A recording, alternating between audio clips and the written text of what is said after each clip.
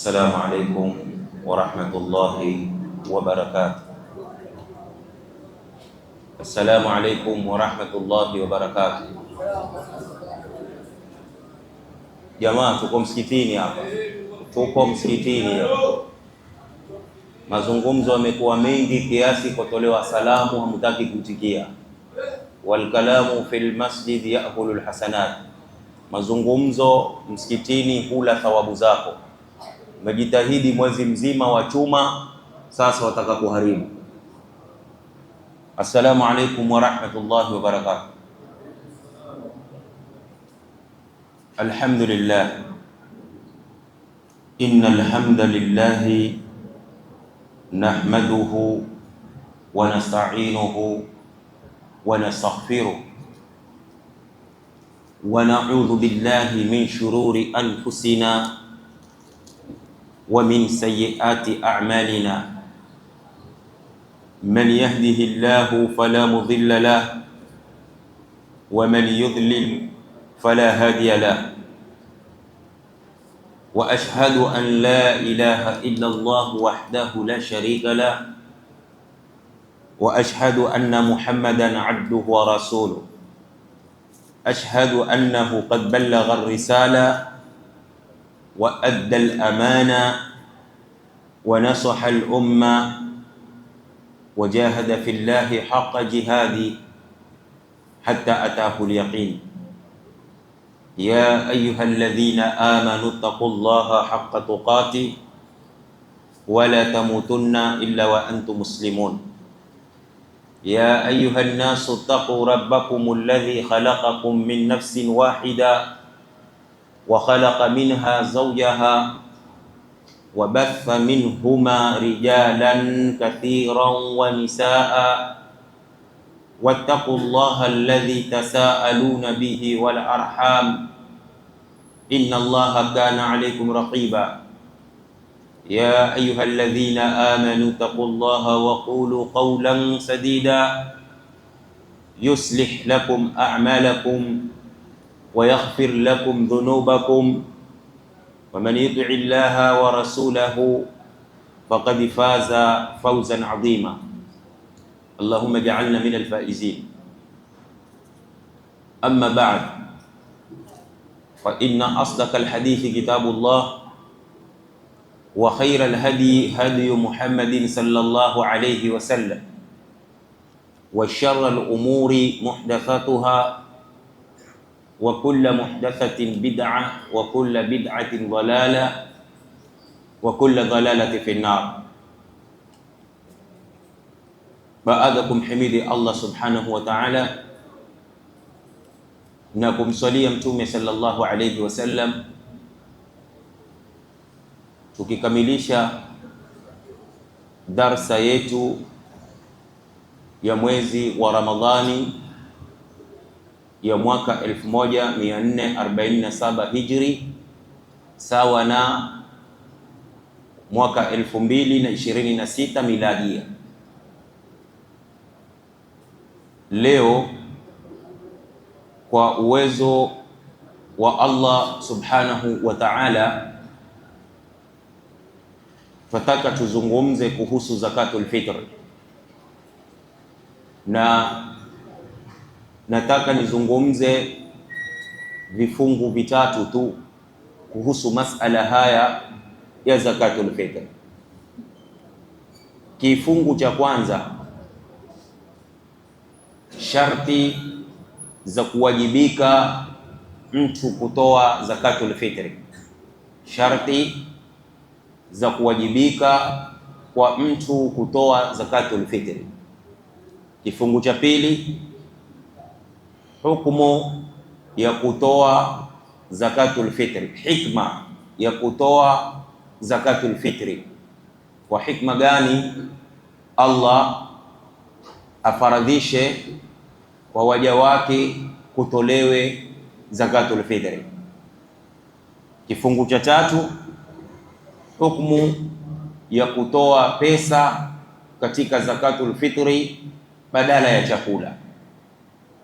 Haya mambo matatu Allah tuwafikie tuwe ni wenye kuyazungumza katika kikao hiki cha kuhitimisha durus za mwezi mtukufu wa Ramadhani.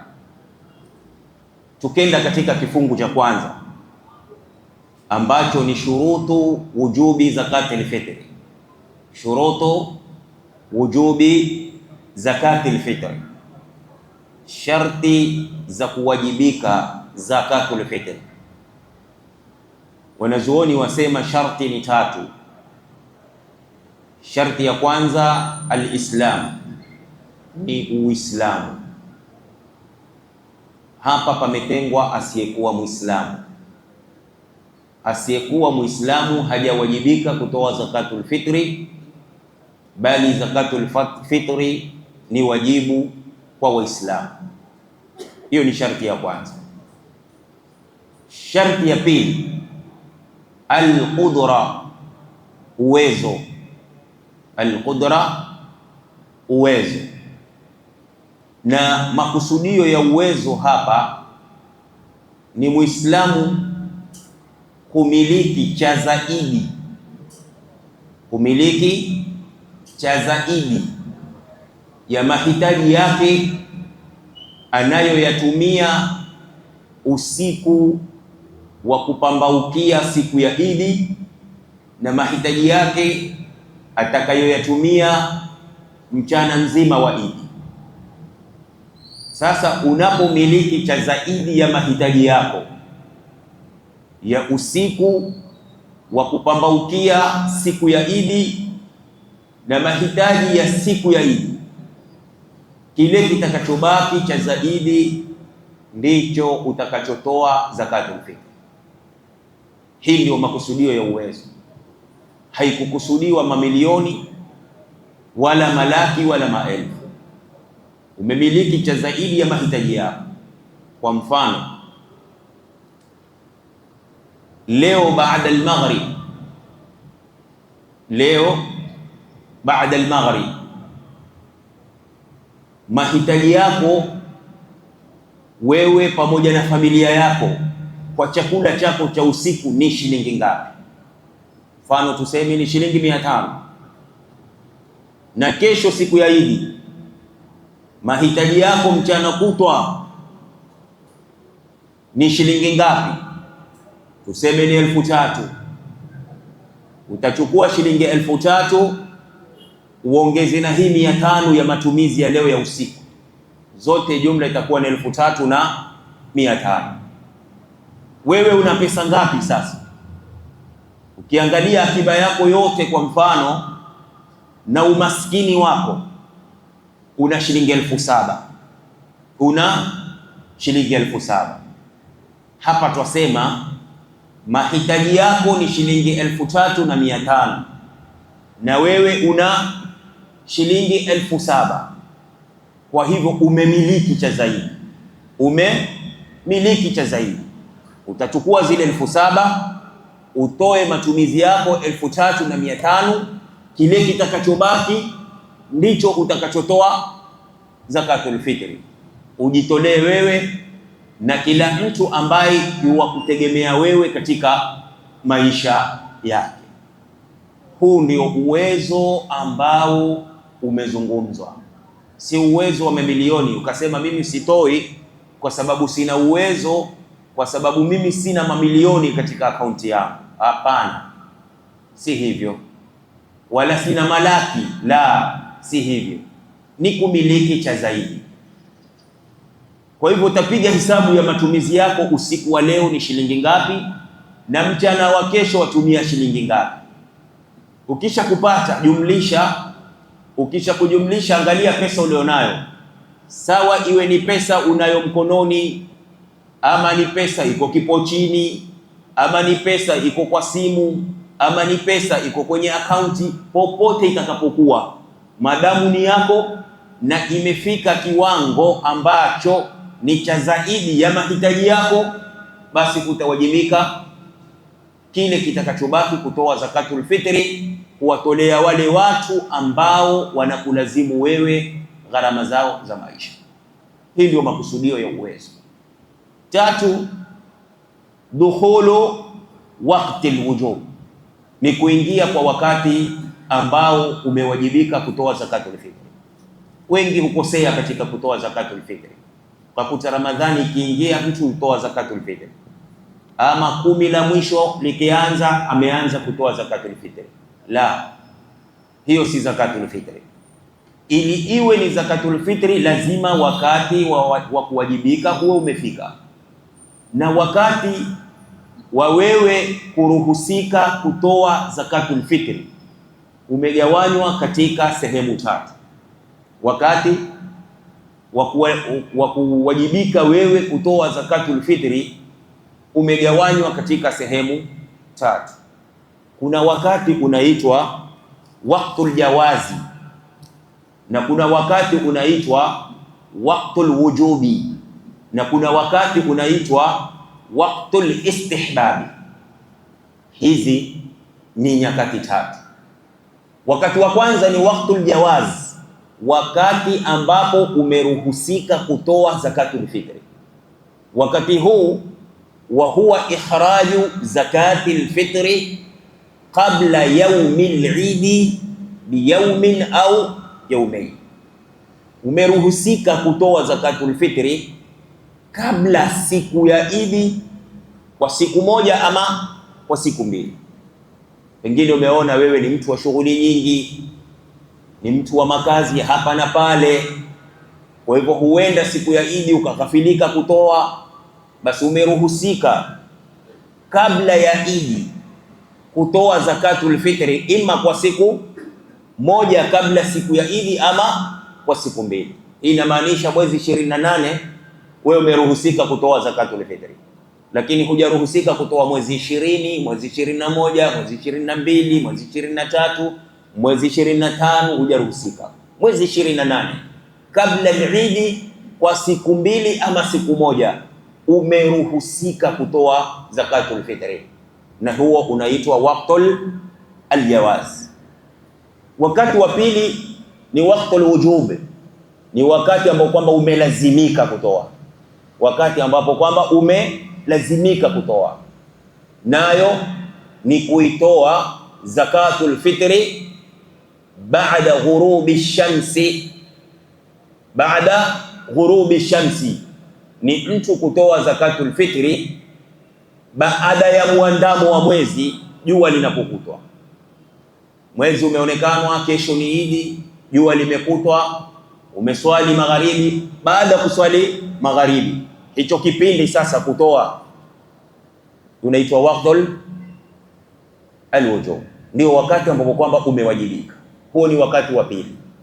Na wakati wa tatu ni waqtul istihbabi, ni wakati ambao kwamba umependekezwa sana sana. Mtume amependekeza watu watoe kwa wakati huo, nayo wa huwa ikhrajuha, ni kutoa zakatul fitri baada salati alfajri, baada ya swala ya alfajiri, fi yaumil idi, katika siku ya Idi, kabla salati al-Idi, kabla swala ya Idi. Leo asubuhi ni Idi, umekwisha kuswali alfajiri, basi hapo sasa ukitoa kwa kipindi hicho kabla hujaenda kuswali salatul Eid, huo ndio wakati al-istihbab. Imependekezwa sana mtu atoe kwa kipindi hicho. Kwa hivyo ima utatoa kwa kutanguliza, ambapo kwamba ni wakati al-jawaz, Eid bado siku mbili ama siku moja, imeruhusika. Ama utoe baada mwezi umeonekana, jua limekutwa, kesho ni Eid, hapo usiku utoe, hiyo ni wakati al-wujub. Ama utoe baada salati al-fajri, siku ya Idi, kabla ya kwenda kuswali swala ya Idi, na huo unaitwa waqtul istihbab. Hizi ni nyakati aina tatu ambazo zimeruhusika kwa mtu kutoa zakatul fitr. Kwa hivyo sharti za kuwajibika kutoa zakatul fitri ni tatu. Kwanza, Uislamu; pili, uwezo; tatu, kuingiliwa na wakati. Tukiingia katika kifungu cha pili, nacho ni kifungu cha hikma ya kufaradhishwa zakatul fitri. hikma kama zilivyoelezwa na Mtume sallallahu alayhi wasallam ni mbili. Kwanza, tuhuratu lis-saimi min al-lahwi war-rafath. Pili, tu'matu lil-masakin.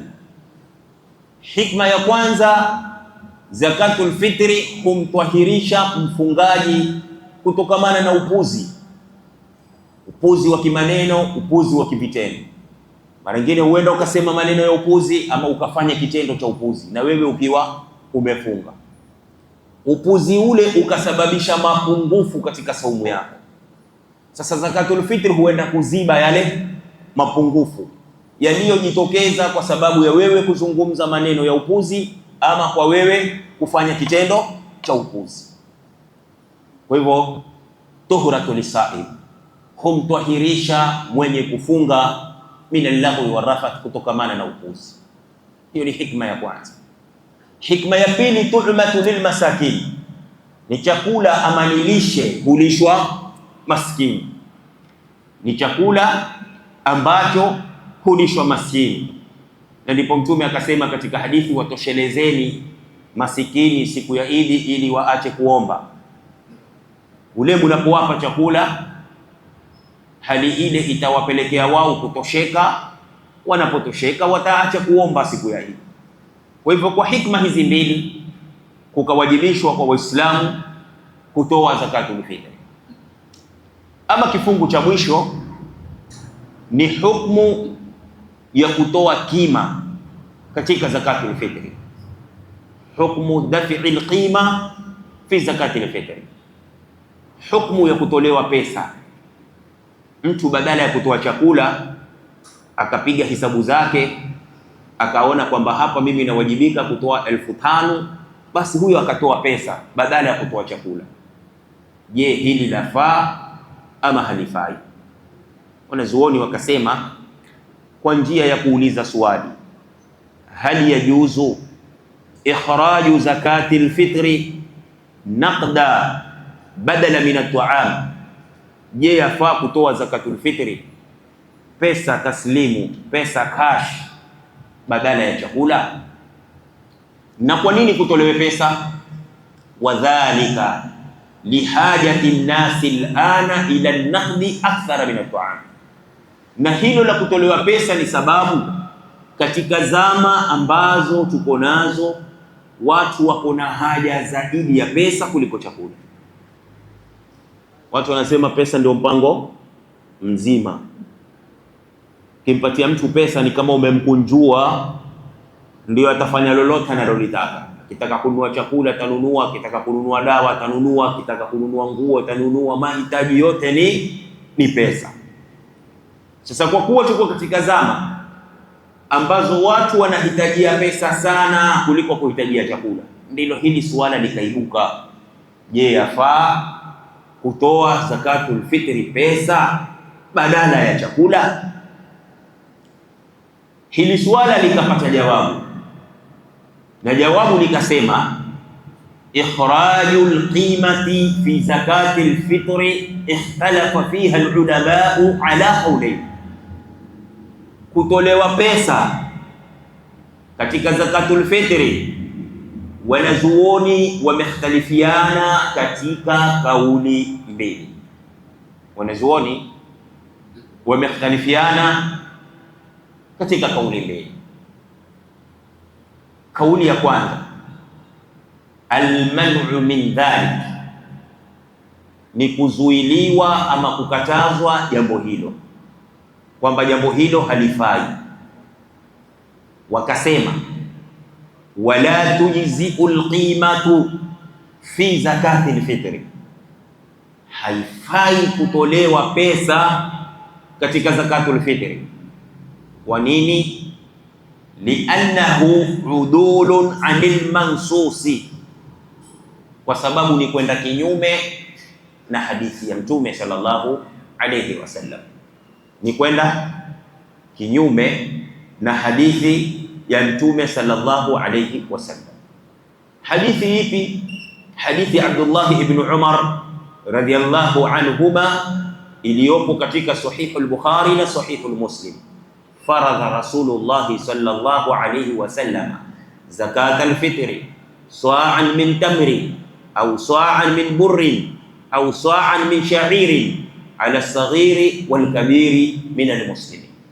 Hii hadithi ikaonyesha kwamba Mtume amefaradhisha zakatul fitri kwa Waislamu, na msururu wa vitu alivyovitaja kutolewa vyote ni vyakula. Vyakula vyote mpaka tende Mtume sallallahu alaihi wasallam akaitaja kwa sababu ni chakula.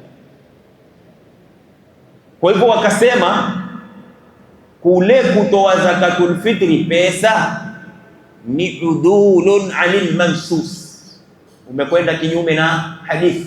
Hadithi haikutaja pesa, hadithi imetaja vyakula. Wakajenga hoja kwa kusema kwamba pesa wakati wa Mtume sallallahu alayhi wasallama ilikuweko. Pesa wakati wa Mtume sallallahu alayhi wasallama ilikuweko na Mtume hakuitaja. Walau kanat alqima yajuzu ikhrajuha, na lau kima cha pesa chafaa kutolewa katika zakatul fitri la dhakaraha Rasulullah sallallahu alayhi wasallam, Mtume angeitaja. Pesa ilikuweko wakati wa Mtume na Mtume akatambia watu watoe zakatul fitri, lakini akataja msururu wa vyakula na pesa iko asiitaje. Lau ingekuwa yafaa kutolewa basi Mtume angeitaja. Sasa msimamo huu ya kwamba haufai kutoa pesa katika zakatul fitri ni msimamo wa Imamu Malik na ni msimamo wa Imamu Shafi'i na ni msimamo wa Imamu Ahmad ibn Hanbal rahimahumullah. Hawa watatu wamesema haifai kutoa zakatul fitri pesa badala ya chakula, wa huwa madhhabu jumhur. Hii ni madhhabu ya jumhur, wengi ndio wamesema hivyo, kwa sababu madhahebu za kifiqhi ni nne. Sasa watatu washasema kuwa haifai, amebaki mmoja ambaye ni al-Imamu Abu Hanifa. Al-Imamu Abu Hanifa ambayo ndio kauli ya pili, qala bijawazi ikhraji al-qima fi zakati al-fitr. Yeye amesema kwamba yafaa kutoa kima katika zakatul fitri, yakinukuliwa maneno yake akisema la ba'sa an tu'ta darahimu fi sadaqatil fitr, hakuna ubaya kutolewa pesa katika zakatul fitr. Kwa nini na yeye aseme kwamba yafaa kutolewa pesa katika zakatul fitri? Kwa sababu asema katika zama tulizo nazo, lianna hajata alfaqiri alana la tanqasiru ala at-ta'ami faqat bal tata'addahu ila al-libas, kwamba haja ya mafukara katika zama tulizo nazo haikukoma kwa chakula tu. Haja yake ni kubwa, ni zaidi ya chakula, mpaka nguo maskini akitaji. Sasa anapopewa pesa atajikimu mwenyewe kwa chakula, atajikimu tena mwenyewe kwa mahitaji mengine anayo yahitaji. Hakadha qala al-Imamu Abu Hanifa, hivi ndivyo alivyosema al-Imamu Abu Hanifa. Sasa tumepata kwamba haya masala ni masala ambayo ikhtalafa fiha al-ulama, wanazuoni wamekhtalifiana. Watatu wakasema haifai, mmoja akasema yafaa. Walosema haifai Malik, Shafi', Ahmad. Walosema yafaa Abu Hanifa.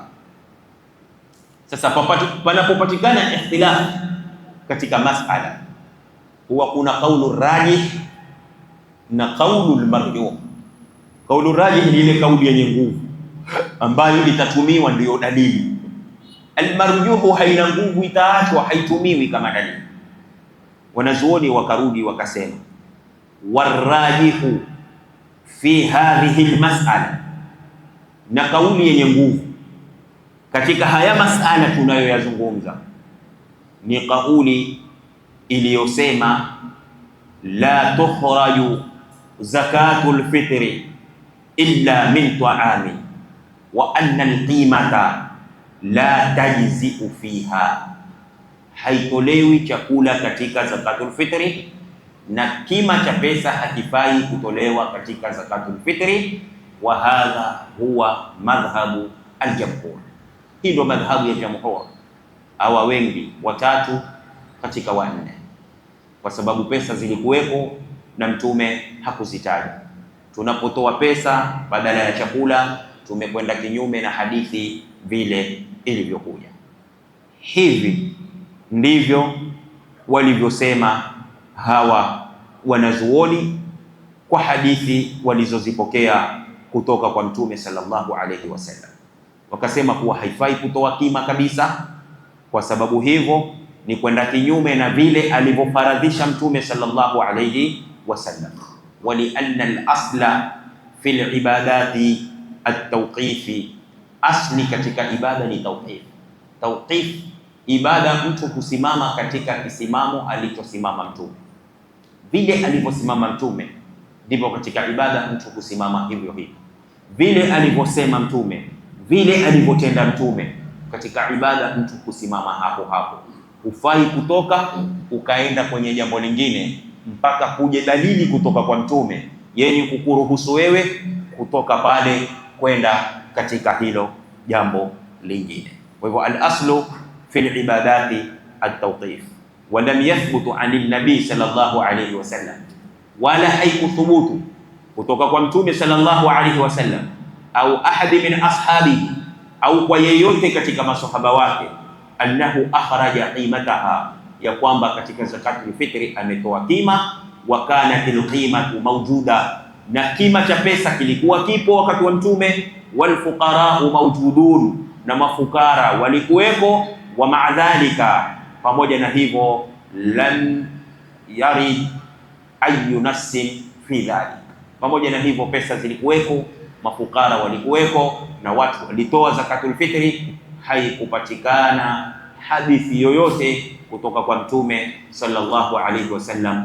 kuliruhusu jambo kama hili. Pia wakasema zakatul fitri hutolewa chakula, lakini hakuna ubaya baada ya kutoa chakula ukampatia mtu pesa. Zakatul fitri ni chakula, hakuna ubaya baada ya kwamba umetoa kile chakula pia ukampa pesa, hilo hakuna ubaya. Hapo utakuwa umezidisha heri. Umetoa ile zakatul fitri kisha umetoa sadaqa mina sadaqati, katika sadaka ambazo kwamba ni za kawaida. Kwa hivyo utakuwa umeinua thamani yako, kima chako mbele ya Mwenyezi Mungu Subhanahu wa Ta'ala. Ama kutoa pesa tu kwamba ndio zakatul fitri, fahadha mamnu, hili haliruhusiki, hili limekatazika. Na ukitoa huhisabiki kwa Mungu kwamba wewe umetoa zakatul fitri, bali utahisabika umetoa sadaqatun mina sadaqa, umetoa sadaka tu ya kawaida katika sadaka ambazo Mungu amehimiza watu watoe. Kwa haya machache, Allah atujalie tuwe min alladhina yastami'una alqawla fayattabi'una ahsana. Subhanakallahumma bihamdik, nashhadu an la ilaha illa anta, nastaghfiruka wa natubu ilayk. Kabla sijakamilisha, kwanza kama kutakuwa na maswali. Hakuna. Nakamilisha ya kwamba Ramadhani imekwisha, lakini Mungu wa Ramadhani yupo. Nikisema hivi ni kwamba tusiwe ni waja wa Ramadhani, tuweni ni waja wa Mungu. Haya ambayo tulikuwa tukiyafanya katika Ramadhani ndiyo yale yale tunaotakikaniwa kuyafanya nje ya Ramadhani. Tusiwe ni wale ambao kwamba hivi leo ndio wamefunguliwa cheni kama watakavyofunguliwa mashetani.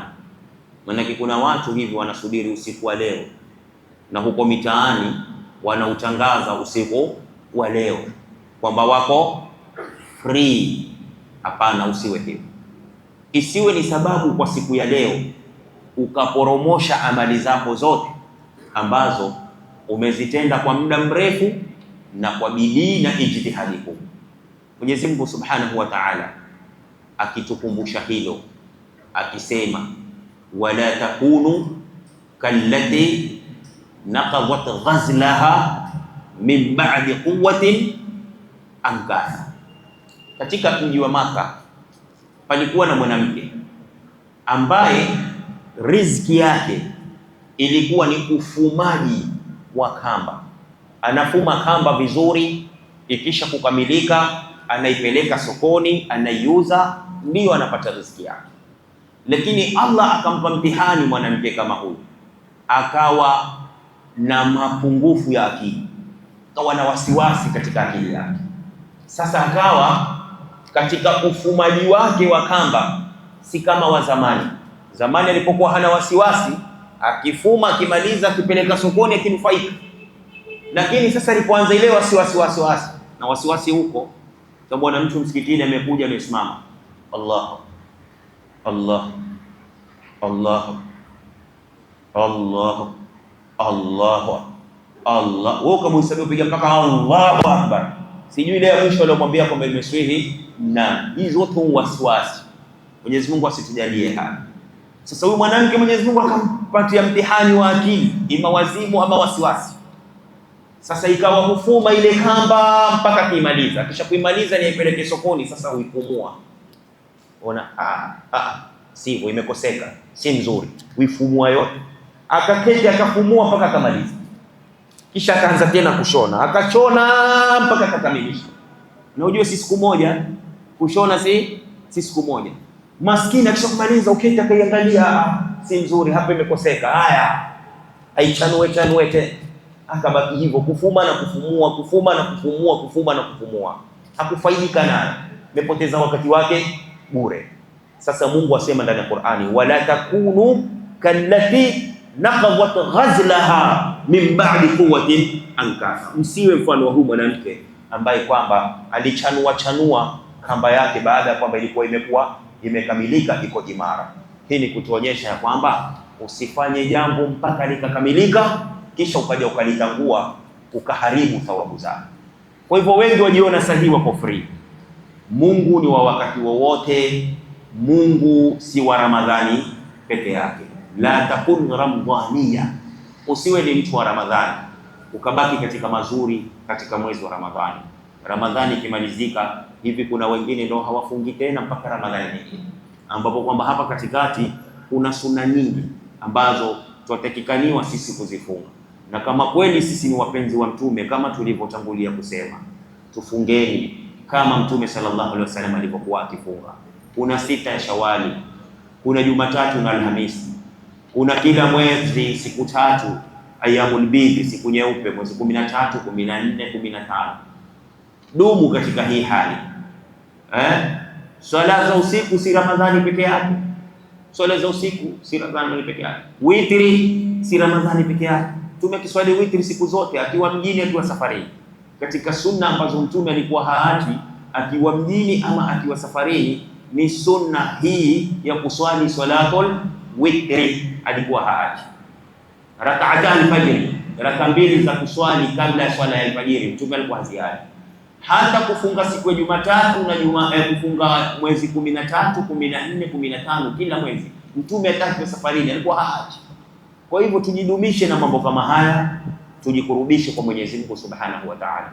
Angalieni, kuna clip juzi imetembea sana. Ile clip ilikuwa ni ya Mombasa. Mwenzetu mmoja ambaye kwamba alikuwa akiswali swala ya tarawih, Allah amemchukua akiwa katika sijda. Nafikiri imetembea hii clip, watu wengi wameiona. Imeonekana nafikiri Allah amemchukua akiwa katika sijda. Husnul khatima, katika alama za husnul khatima zilizotajwa na Mtume sallallahu alaihi wasallama, kwanza ni mtu kusema la ilaha illa Allah akiwa katika sakaratul maut. Anayekufa ukimsikia yasema la ilaha illa Allah, la ilaha illa Allah, la ilaha illa Allah, ujue mpaka akakata, ujue amepata husnul khatima. Alama ya pili nyingi, lakini sisi taji zote. Alama ya pili ambayo Mtume sallallahu alaihi wasallam amezungumza, hata kama hakusema la ilaha illa Allah, sawa hata kama hakusema la ilaha illa Allah, lakini iwapo umemuona hapa umefanya vijasho vidogo tele, kama alopakwa ile kaluma ile, So ukipaka kaluma utakuwa na vijasho vidogo vidogo tele. Ukiona mtu kwa katika sakaratul maut hakusema la ilaha illa Allah kisha lakini ana vijasho tele, husnul khatima. Almu'minu yamutu bi'arqin jabil, mtume asema hivi, almu'minu yamutu bi'arqin jabil, mu'mini hufa na majasho yanayomkatika katika bapa lake la uso. Ni husnul khatima. Kufa usiku wa kupambaukia Ijumaa, Alhamisi usiku kuamkia Ijumaa, ama kufa mchana wa Ijumaa ni alama ya husnul khatima. Hata kama hakusema la ilaha illa Allah, hata kama hakusema la ilaha illa Allah, amekufa hapo, ni hivyo. Nyingine ni ya yule mwenzetu kufa katika amali njema.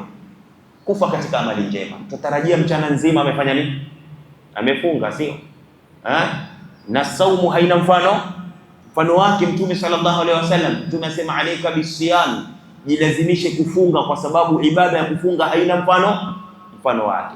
Usiku akaswali magharibi kwa jamaa, ameswali isha kwa jamaa, amekufa katika sunna ya tarawih kwenye sijda. Allahu akbar, husnul khatima. Sasa angalia ile hali, je, wewe utapatikana wapi? Wewe sakaratul mauti itakufikia ukiwa kwenye hali gani? So mpaka uyaike mazingira mazuri, ili ajali ikikufikia imekufikia uko kwenye mazingira mazuri. Lakini ukijiweka katika mazingira mabaya, pengine ndio iwe mwisho wako. Subhana malikin nas, utakuwa umekwenda mbele ya Mwenyezi Mungu hukupata husnul khatima. Kwa hivyo tujitahidini na Allah atuwafikie, tupeane pongezi kwa juhudi tulizozifanya. Pili, usiwe na ujubu. Ujubu ni mtu kujisikia, ukajiona kwamba wewe umefanya ibada nyingi Ramadhani, umefunga, umeswali, umetoa sadaka, umefanya hivi, umefanya hivi, kichwa chako ukajiona wewe ni bora, ukadharau watu wengine. Ona hawa nini, hawa dhambi tupu tu hawa, nyinyi nini, nyinyi kufuru tu nyinyi. Eti kwamba wewe ni mwema sana. Ujubu yamaliza matendo yako. Ile ni moja katika kibri. Usiwe ni mtu ambaye utakuwa na sifa ya ujubu. Ujubu ni ile kujisikia kwamba wewe ni bora kwa sababu wewe wafanya mazuri. Hilo halitakikani katika sheria, bali muombe Mungu yale mazuri ndio yafanya ayakubali. Ni kweli umefanya mazuri, je, Mungu ameyakubali? Hiyo ni siri ya nani? Ni ya Mungu. So omba Mungu afanye nini? Ayakubali mazuri yako.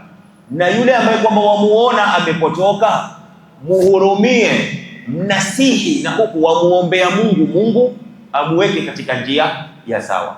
Hivi ndivyo masahaba wa Mtume sallallahu alaihi wasallam pamoja na wema wote walivyopita walipokuwa wakiishi. Tuambiwa sisi katika athar ya kwamba masahaba wa Mtume sallallahu alaihi wasallam walikuwa wakimuomba Mungu awafikishe Ramadhani kabla ya Ramadhani kwa miezi 6. Ramadhani bado miezi 6, masahaba wakiomba Mungu awafikishe Ramadhani.